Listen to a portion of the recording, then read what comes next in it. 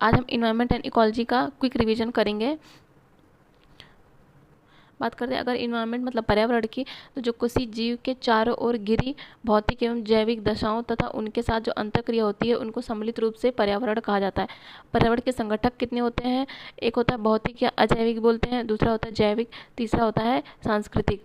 भौतिक या फिर अजैविक में कौन कौन से आते हैं? स्थल, वायु, ये जो जल है ये भौतिक में आता है। अगर जैविक की बात करें तो पादप जीव जंतु होते हैं वो जैविक में आते हैं, और सांस्कृतिक जो मानव निर्मित गतिविधियाँ होती हैं वो सांस्कृतिक पर्यावरण के संगठक में आती है।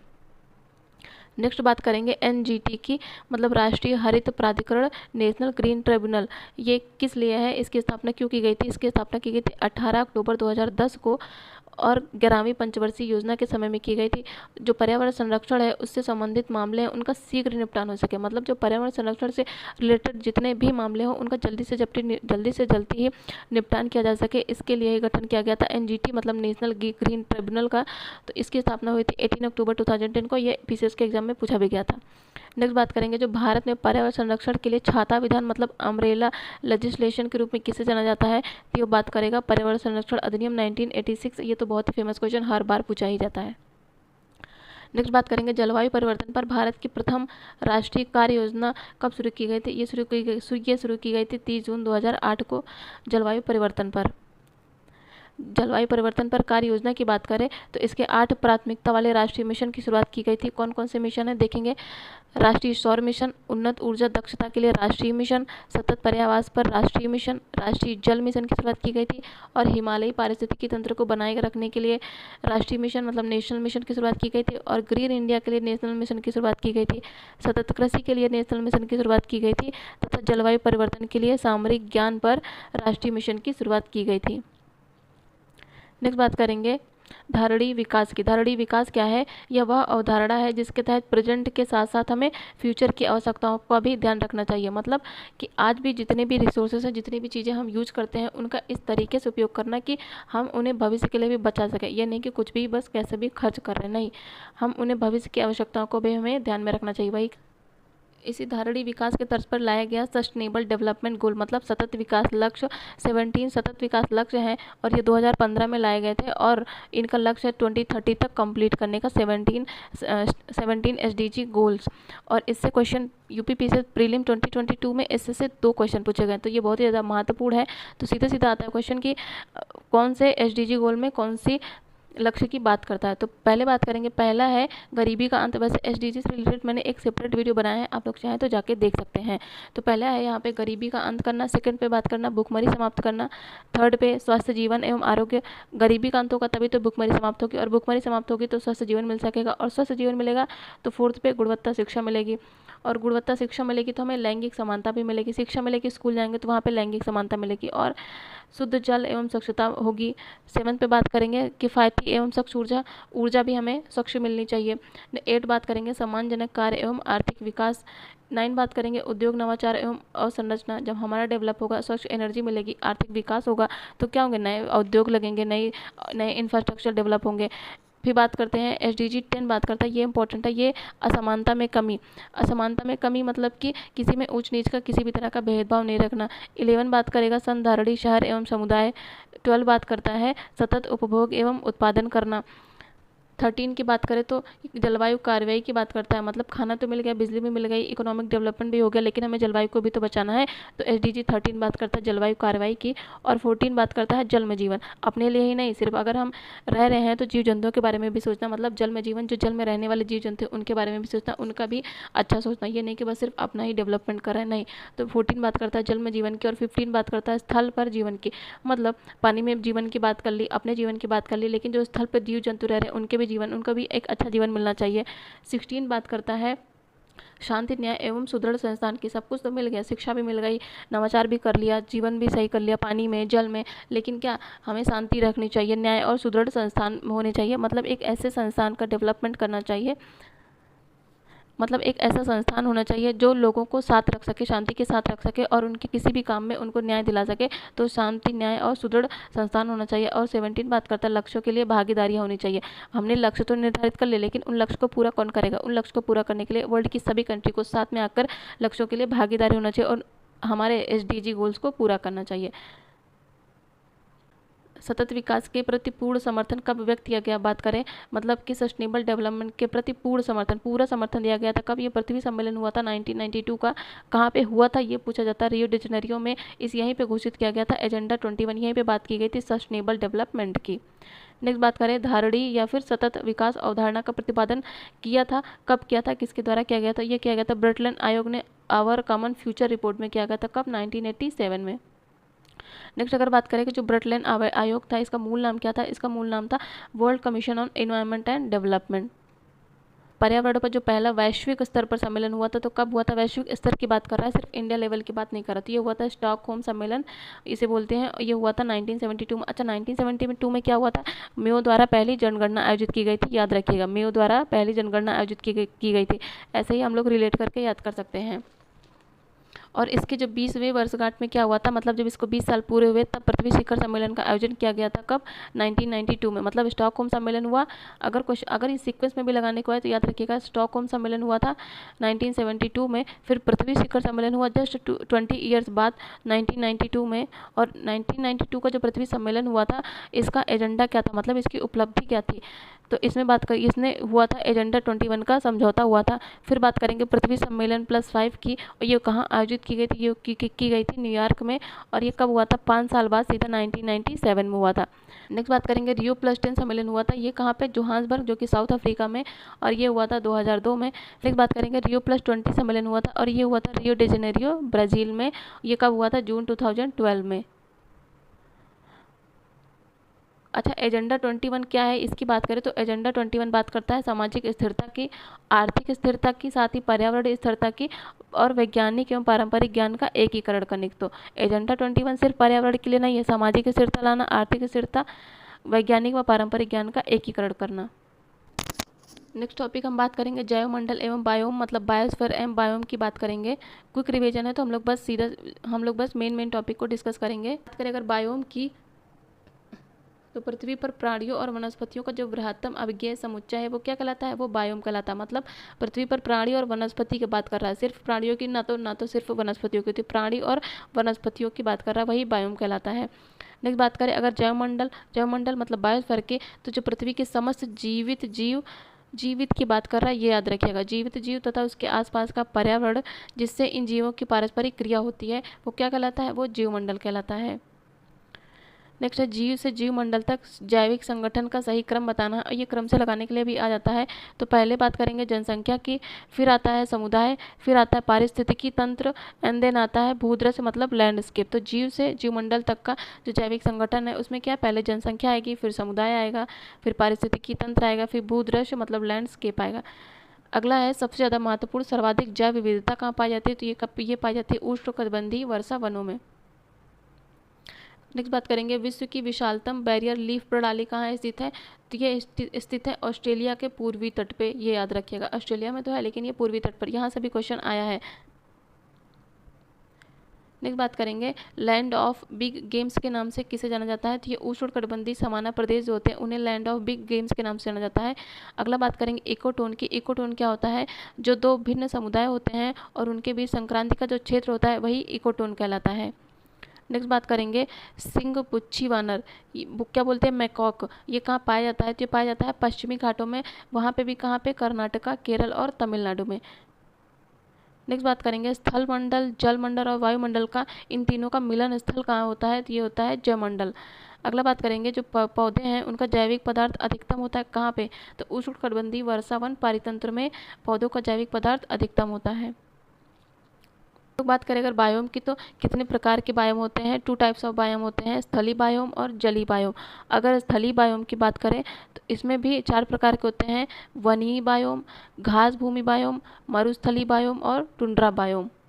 और वनीय बायोम में भी 4 प्रकार के होते हैं, एक उष्णकटिबंधीय सदाहरित वर्षावन बायोम, फिर बात करेंगे मानसूनी वन बायोम, एंड नेक्स्ट है भूमध्य सागरीय one biome, and last one is शीतोष्ण शंकुधारी वन बायोम, या फिर इन्हें ही टाइगा बायोम भी कहते हैं।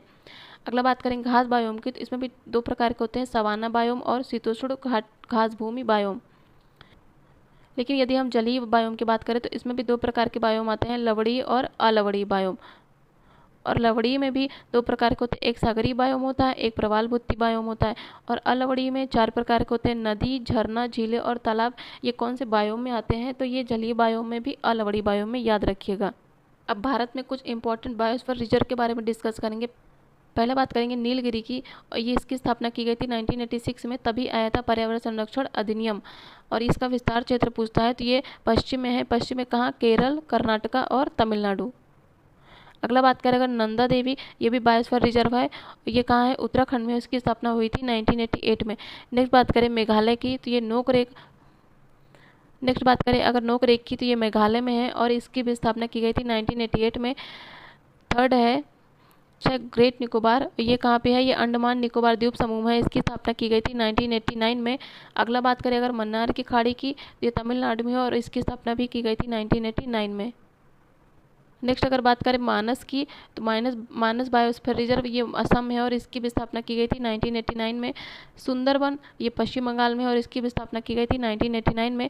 सिमली पार्क की बात करें तो ये उड़ीसा में है और इसकी स्थापना की गई थी 1994 में। तो सीक्वेंस से भी याद रखिएगा, उस सीक्वेंस से भी लगाने को आता है। अगला बात करें डेब्रू साइकोवा, ये भी असम में है। इसकी स्थापना की गई थी 1997 में। दिहांग दिबान यहाँ पे अरुणाचल प्रदेश में है और यहाँ पे दिबांग नाम की रिवर भी बहती है, तो याद रखिएगा। और ये इसकी स्थापना की गई थी 1998 में। अगला बात करें पंचमढ़ी की, तो ये है मध्य प्रदेश में और इसकी स्थापना हुई थी 1999 में। नेक्स्ट बात करें कंचनजंगा की, तो ये सिक्किम में है और इसकी स्थापना की गई थी 2000 में। Next one is Agasthyamalai, Kerala में है, इसकी स्थापना की गई थी 2001 में। अगला बात करें अचानकमर अमरकंटक, ये मध्य प्रदेश और छत्तीसगढ़ में इसका विस्तार है और इसकी स्थापना की गई थी 2005 में। नेक्स्ट बात करें कच्चकरण, गुजरात में स्थापना की गई थी 2008 में। Next one is cold desert, ये हिमाचल प्रदेश में है और ये इसकी स्थापना की गई थी 2009 में। नेक्स्ट अगर बात करें शेषाचलम हिल्स की, तो ये आंध्र प्रदेश में और इस्टेब्लिश किया गया था 2010 में। लास्ट वन इज पन्ना, ये मध्य प्रदेश में है और इसकी स्थापना की गई थी 2011 में। ये जो बायोस्फीयर रिजर्व है इनको यूनेस्को के द्वारा मैन एंड द बायोस्फीयर मतलब मैब कार्यक्रम के अंदर जैव मंडल रिजर्व के विश्व तंत्र की सूची में शामिल किया गया है, तो ये इंपॉर्टेंट हो जाता है। Next one is ecology and ecosystem से रिलेटेड इंपॉर्टेंट फैक्ट को डिस्कस करेंगे। तो बात करेंगे इकोलॉजी की। इकोलॉजी क्या है? तो वह विज्ञान जिसमें समस्त जीवों, याद रखिएगा, समस्त जीवों तथा भौतिक पर्यावरण के मध्य उनके अंतर संबंधों का अध्ययन कहलाता है। क्या कहलाता है? इकोलॉजी। और इकोलॉजी के पिता कौन कहे जाते हैं? ये अर्नेस्ट हैकेल कहे जाता है। ये बहुत ही ज़्यादा महत्वपूर्ण है, पीसीएस में हर बार ये क्वेश्चन आता है कि पारिस्थितिकी के पिता मतलब इकोलॉजी के फादर ऑफ इकोलॉजी कौन कहे जाते हैं? ये है अर्नेस्ट हैकेल। और पारिस्थितिकी शब्द का प्रयोग किसने किया था? अर्नीस्ट नेस ने। नेक्स्ट बात करें अगर इकोसिस्टम की मतलब पारिस्थितिकी तंत्र की, तो जीवमंडल के जो सभी संगठक के समूह हैं, संगठक कितने प्रकार के? जैविक और अजैविक। जो पारस्परिक क्रियाओं में सम्मिलित होते हैं वो क्या कहलाते हैं? वो पारिस्थितिकी तंत्र कहलाते हैं। तो इसमें याद रखिएगा जो कि पारस्परिक क्रियाओं में सम्मिलित होते हैं, इसे याद रखिएगा कि यही पारिस्थितिकी तंत्र मतलब कि इकोसिस्टम कहलाते हैं।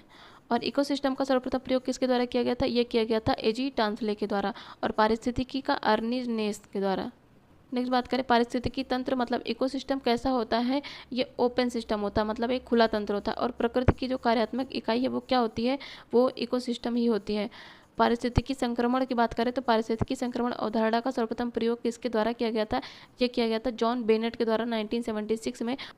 नेक्स्ट बात करेंगे जो प्राकृतिक पर्यावरण है उसके संरक्षण के लिए क्रांतिक मतलब रेडिकल उपायों पर बल देती है। कौन बल देती है? डीप इकोलॉजी मतलब गहन पारिस्थितिकी। तो बात करें अगर क्वेश्चन है कि डीप इकोलॉजी किस पर बल देती है, तो ये प्राकृतिक पर्यावरण के संरक्षण के लिए रेडिकल उपायों पर बल देती है, ये याद रखिएगा। और गहन पारिस्थितिकी मतलब डीप इकोलॉजी का सर्वप्रथम प्रयोग किसके द्वारा किया गया था? यह किया गया था अर्नीज नेस के द्वारा 1973 में। अब बात करते हैं पारिस्थितिकी पदचाप मतलब इकोलॉजिकल फुटप्रिंट।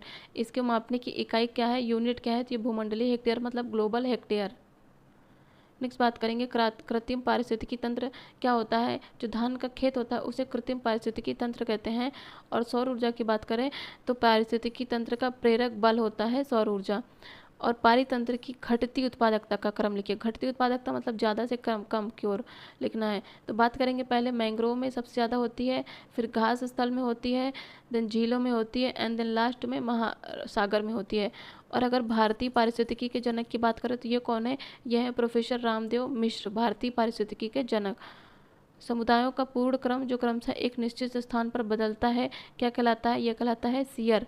और सबसे स्थिर पारिस्थितिकी तंत्र क्या है? यह है सागरीय, मतलब कि महासागर जो है सबसे स्थिर पारिस्थितिकी तंत्र है। नेक्स्ट वन इज पारिस्थितिकी का शत्रु, मतलब पर्यावरण का आतंकवादी किसे कहा जाता है? ये यूकेलिप्टस को कहा जाता है।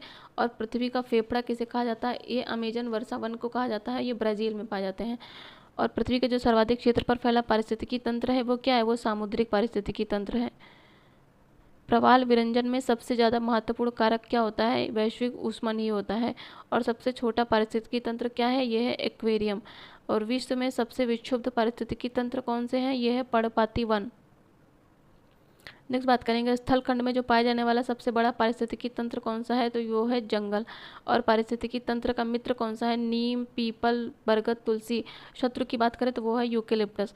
जैव द्रव्यमान का वार्षिक उत्पादन न्यूनतम होता है कहाँ पे? ये गहरे सागर में होता है। अगर बात करें चिपको आंदोलन का नारा क्या था? तो ये पारिस्थितिकी स्थायी मितव्ययता का नारा था, चिपको आंदोलन का नारा।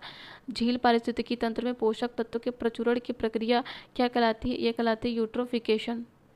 नेक्स्ट बात करें अगर किसानों का मित्र क्या है? तो ये केचुआ और सांप है।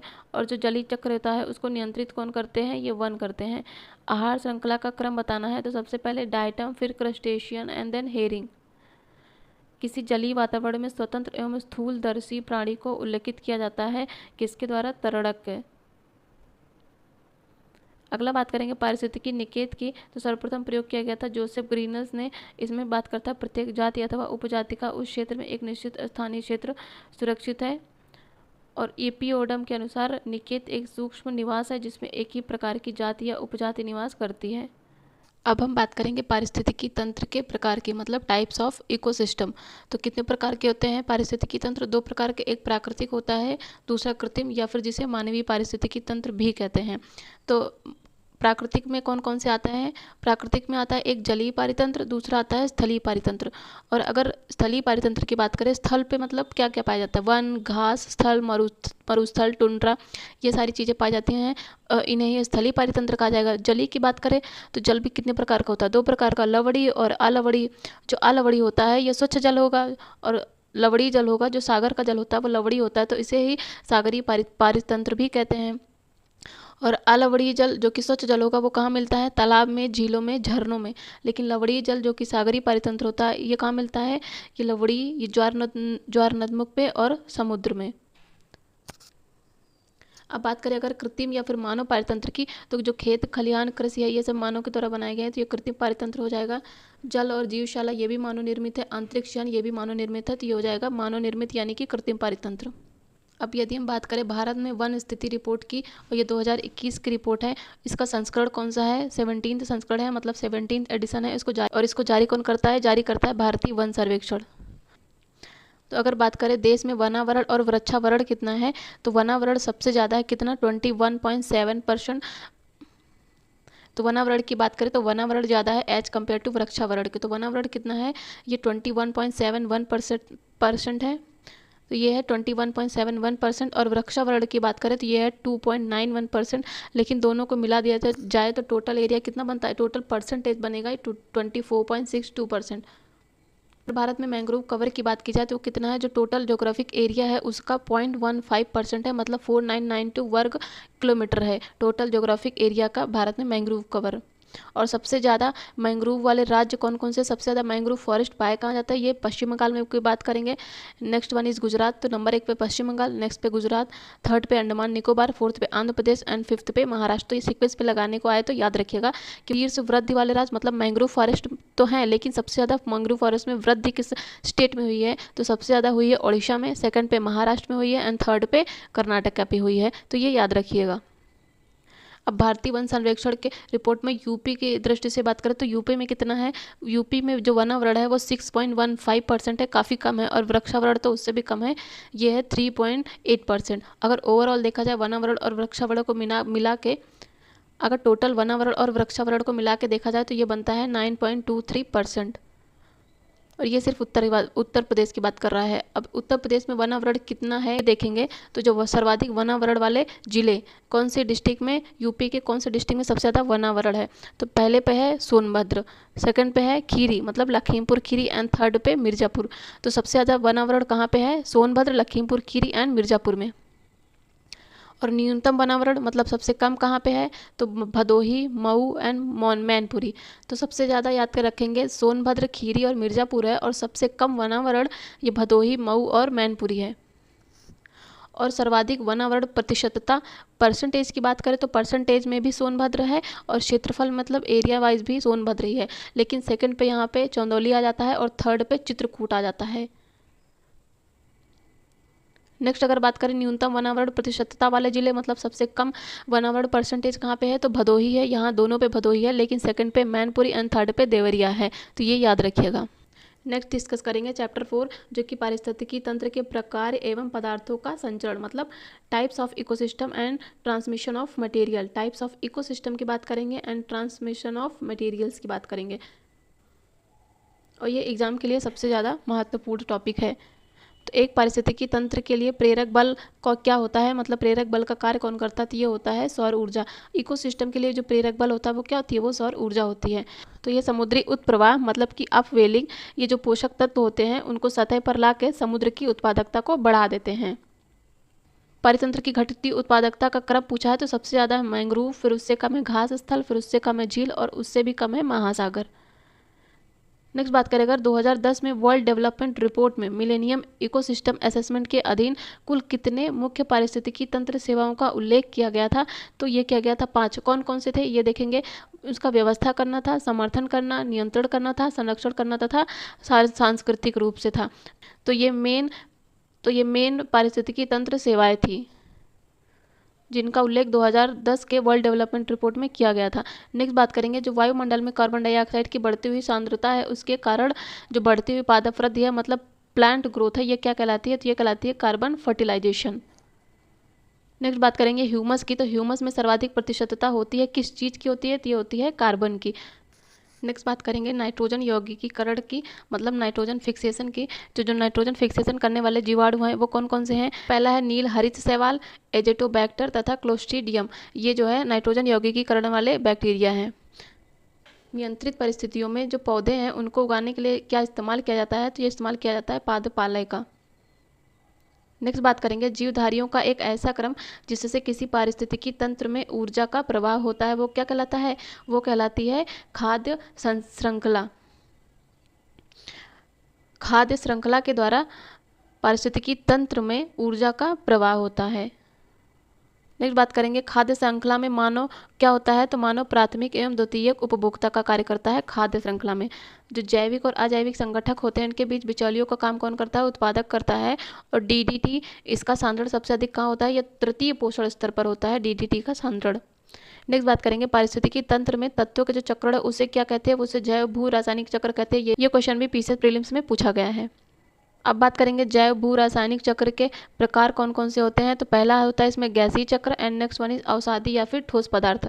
तो गैसीय चक्र में क्या क्या आता है, इसमें जली आती है, कार्बन आता है, ऑक्सीजन आता है और नाइट्रोजन आता है। ये सब गैसीय चक्र के हैं अंतर्गत आते हैं। नेक्स्ट बात करेंगे अवसादी या फिर ठोस पदार्थों की, तो इसमें आता है फॉस्फोरस या फिर फॉस्फोरस और गंधक।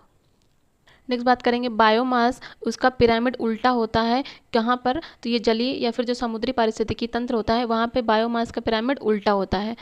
ऊर्जा का पिरामिड क्या होता है ये याद रखिएगा सबसे पहले तो ऊर्जा का पिरामिड हमेशा सीधा होता है। एक पोषण स्तर से दूसरे पोषण स्तर में जाने पर जो प्रदूषक की सांद्रता है वो क्या होती है, वो बढ़ती जाती है, और ये जो बढ़ने की प्रवृत्ति होती है क्या कहलाती है, इसे कहते हैं जैव आवर्धन। नेक्स्ट बात करते हैं एक जैव समुदाय का स्थान कालांतर में दूसरे जैव समुदाय द्वारा ग्रहण कर लिया जाता है, ये प्रक्रिया क्या कहलाती है, ये कहलाती है अनुक्रमण मतलब कि सक्सेशन। नेक्स्ट बात करेंगे किसी निश्चित क्षेत्र में जो प्राणियों की संख्या है इनकी सीमा जिसे पर्यावरण समर्थन कर सकता है वो क्या कहलाती है, वो कहलाती है कैरिंग कैपेसिटी मतलब वहन क्षमता। नेक्स्ट बात करेंगे समुदायों का पूर्ण क्रम जो क्रमशः एक निश्चित स्थान पर बदलता रहता है वो क्या कहलाता है, वो कहलाता है शियर। नेक्स्ट बात करेंगे पारिस्थितिकी पदछाप की। तो ये क्या होते हैं, तो ये पारिस्थितिकी घटकों की वह मात्रा होती है जो मनुष्यों को मतलब ह्यूमंस को उनकी जीवन शैली को सुचारू रूप से चलाने के लिए आवश्यक होती है, उसे ही पारिस्थितिकी पदछाप कहते हैं। अब हम खाद्य श्रृंखलाओं की बात करेंगे कि तो विभिन्न बायोम में कौन कौन सी कैसी खाद्य श्रृंखला होती है। तो पहले बात करेंगे ऊर्जा स्तर की, फिर घास भूमि बायोम, तालाब बायोम और समुद्री बायोम। फर्स्ट बात करेंगे ऊर्जा स्तर बायोम की, तो इसमें कौन कौन से आते हैं। इसमें आता है प्राथमिक उत्पादक, प्राथमिक उपभोक्ता, द्वितीयक उपभोक्ता और तृतीयक उपभोक्ता तथा चतुर्थ उपभोक्ता। अगर घास भूमि बायोम की बात करें तो इसमें आता है घास और टिड्डे और कीड़े आते हैं, ये भी घास भूमि बायोम में आते हैं। चूहा तथा चिड़िया ये भी घास भूमि बायोम में आते हैं। सांप और बाज ये दोनों भी घास भूमि में आते हैं, तो ये याद रखिएगा। नेक्स्ट बात करेंगे तालाब बायोम की, तो इसमें कौन कौन से आता है। इसमें आता है शैवाल, mosquito larva, dragon fly larva, मछली और रेकून, ये आते हैं तालाब बायोम में। नेक्स्ट अगर बात करें समुद्री बायोम की, तो इसमें कौन कौन से आता है। इसमें आता है फाइटोप्लैंक्टन शैवाल, दूसरा है जुप्ला कंटन क्रस्टेशियाई, फिर थर्ड है मछली हेरिंग, ये भी समुद्री बायोम में आती है। सील मछली ये भी समुद्री बायोम में आती है। और सफ़ेद शार्क मतलब व्हाइट शार्क मछली ये भी समुद्री बायोम में आती है। तो ये सब समुद्र में पाए जाते हैं, यही समुद्री बायोम कहलाते हैं। अगर हम आहार श्रृंखला की बात करें तो एक ऐसी श्रृंखला होती है जिसमें एक जीव दूसरे का उपभोग करते हैं, तो वो आहार श्रृंखला कहलाती है। इसमें कौन कौन से आते हैं। इसमें उत्पादकता आती है, उपभोक्ता आता है तथा अपघटक आते हैं। और इसमें ये सबसे महत्वपूर्ण है कि इसमें ऊर्जा का प्रवाह एक दिशीय होता है, मतलब एक ही दिशा में चलता है, एनर्जी एक ही दिशा में चलती है। अब अगर हम बात करेंगे पारिस्थितिकी पिरामिड की, तो इसका पहली बार विचार किया था चार्ल्स एल्टन ने 1927 में। और ये कितने प्रकार के होते हैं। तो ये होते हैं 3 प्रकार के। कौन कौन से। तो पहला होता है जीव संख्या का पिरामिड, नेक्स्ट है जीव भार का पिरामिड एंड थर्ड है संचित ऊर्जा का पिरामिड।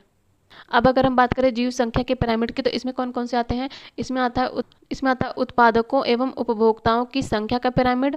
और जीव भार के पिरामिड की बात करें तो इसमें उत्पादकों एवं उपभोक्ताओं के जीव भार का पिरामिड आता है।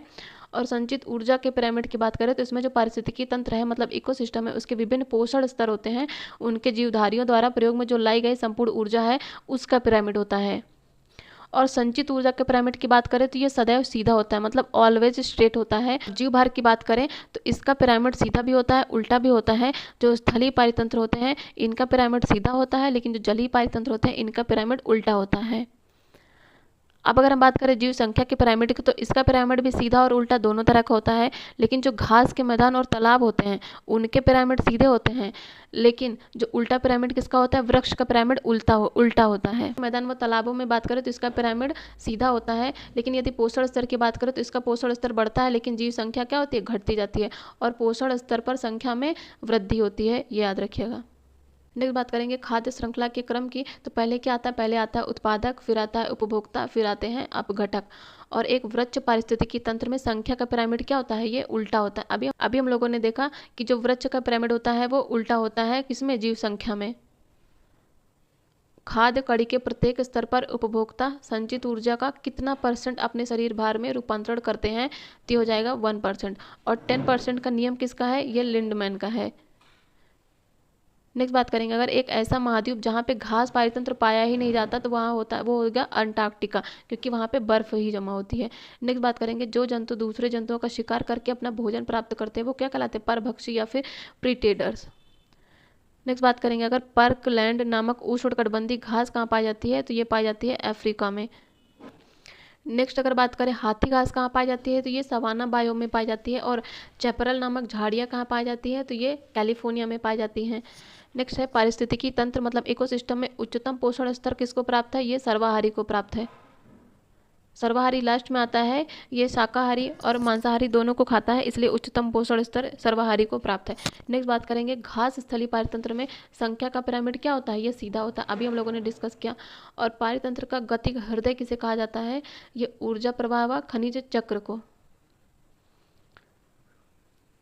नेक्स्ट है दो या अधिक जीवों के मध्य जो अंतर संबंध होता है वो एक जीव को लाभ होता है किंतु हानि किसी को भी नहीं होती, इससे क्या कहते हैं, सहभोजिता कहते हैं। मतलब जब दो जीवों के बीच अंतर संबंध होता है तो एक को लाभ तो होता है लेकिन दूसरे को हानि भी नहीं होती है, तो ये कहलाती है सहभोजिता। नेक्स्ट बात करेंगे अनुक्रमण के अंतिम समुदाय को कहा क्या जाता है, ये कहा जाता है क्लाइमेक्स समुदाय मतलब चरम।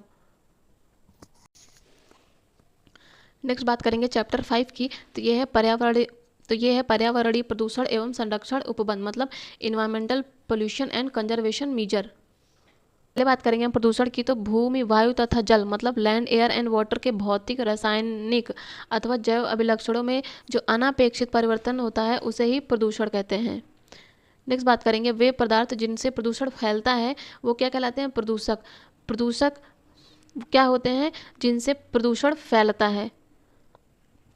अब हम बात करेंगे प्रदूषण के प्रकार मतलब टाइप्स ऑफ पोल्यूशन की, तो ये पर्यावरण के भाग के आधार पर डिस्कस करेंगे कितने प्रकार का होता है।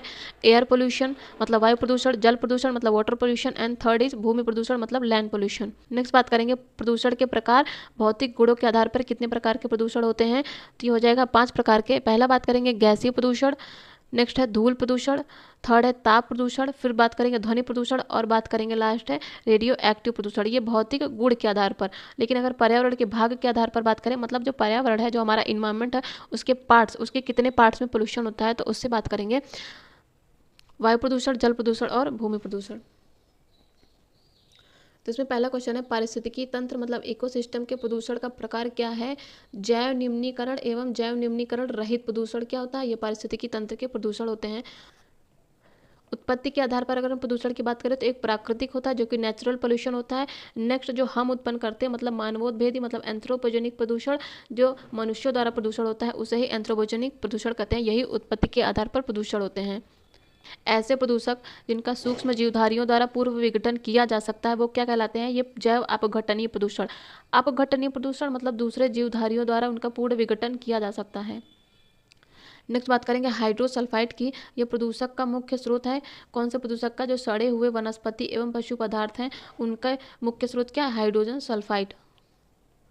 नेक्स्ट बात करेंगे ट्राइक्लोसन, जिसके उच्च स्तर को लंबे समय तक प्रभाव में रखना हानिकारक माना जाता है। ये कहाँ विद्यमान होता है? ये विद्यमान होता है प्रसाधन सामग्री में। नेक्स्ट बात करेंगे पर्यावरण में जो निर्मुक्त होने वाली माइक्रोबीड्स है या फिर माइक्रोप्लास्टिक है वो हानिकारक होती है। किसके लिए? ये समुद्री पारितंत्र के लिए सबसे ज़्यादा हानिकारक होती है। नेक्स्ट बात करेंगे पर्यावरण में कुछ भारी वस्तुओं के निक्षालन मतलब ब्लीचिंग का कारण क्या होता है? ये कॉपर स्लैग मतलब ताम्र मल होता है।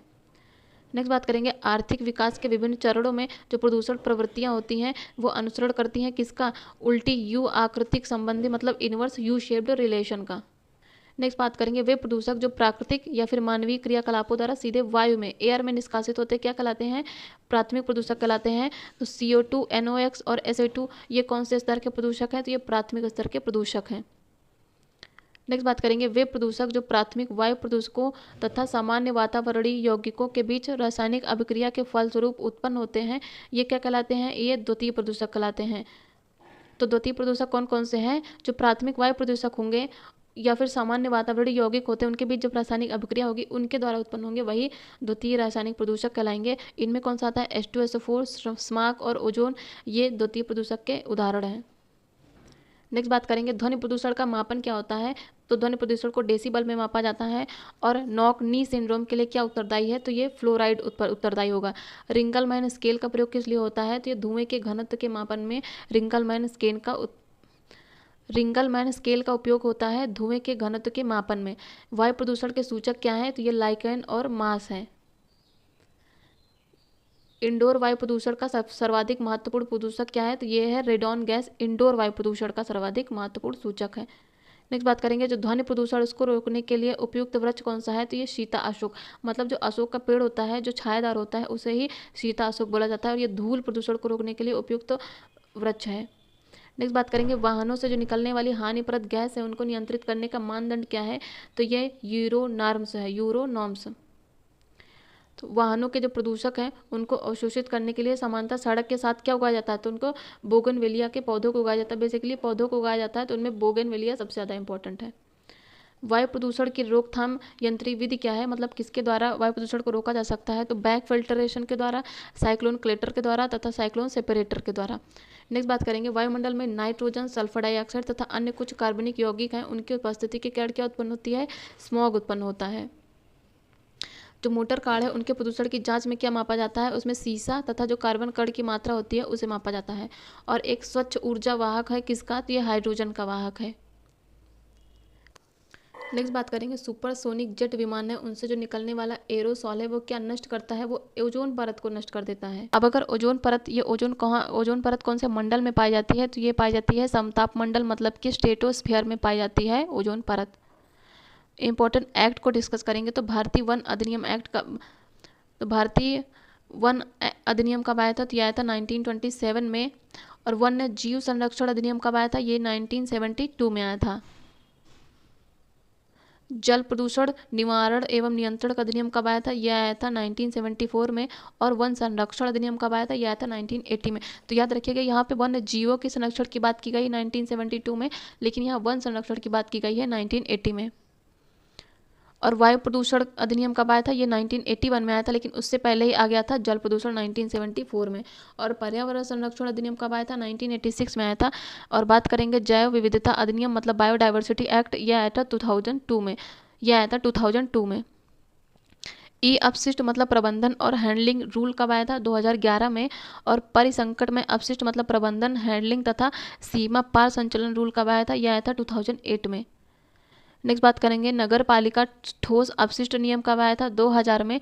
अगला बात करेंगे जो जनजाति एवं अन्य पारिस्थितिकी वन निवासी हैं उनके लिए अधिनियम कब आया था? 2006 में।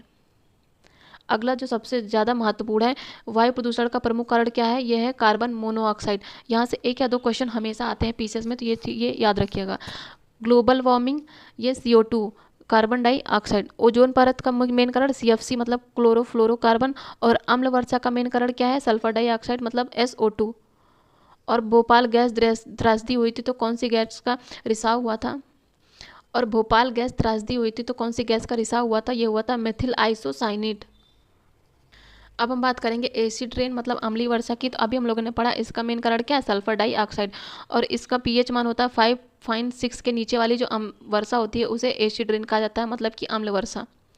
और इसका मेन कारण सल्फर डाइऑक्साइड तथा नाइट्रोजन के ऑक्साइड के द्वारा होता है। सल्फर डाइऑक्साइड मतलब SO2 और नाइट्रोजन के ऑक्साइड मतलब NOx। तो H2SO4 और HNO3 और H2SO4 ये दोनों ही अम्ल वर्षा का मुख्य कारण हैं। अच्छा, अम्ल वर्षा होती है तो उसके क्या इफेक्ट होंगे? तो उसके त्वचा पर फफोले पड़ जाएंगे, मतलब हमारी स्किन पर फफोले पड़ जाएंगे। और नेक्स्ट बात करेंगे जो जलीय जीव जंतु है उनसे और पेड़ पौधे हैं वो दोनों नष्ट होने लगेंगे। जो जलीय जीव जंतु हैं और पेड़ पौधे हैं वो नष्ट होने लगेंगे। और जो ताजमहल है उसका रंग पीला पड़ने लगेगा। लेकिन अगर क्वेश्चन आए कि ताजमहल का रंग पीला पड़ रहा है किस कारण, तो ये हो जाएगा अम्लीय वर्षा के कारण।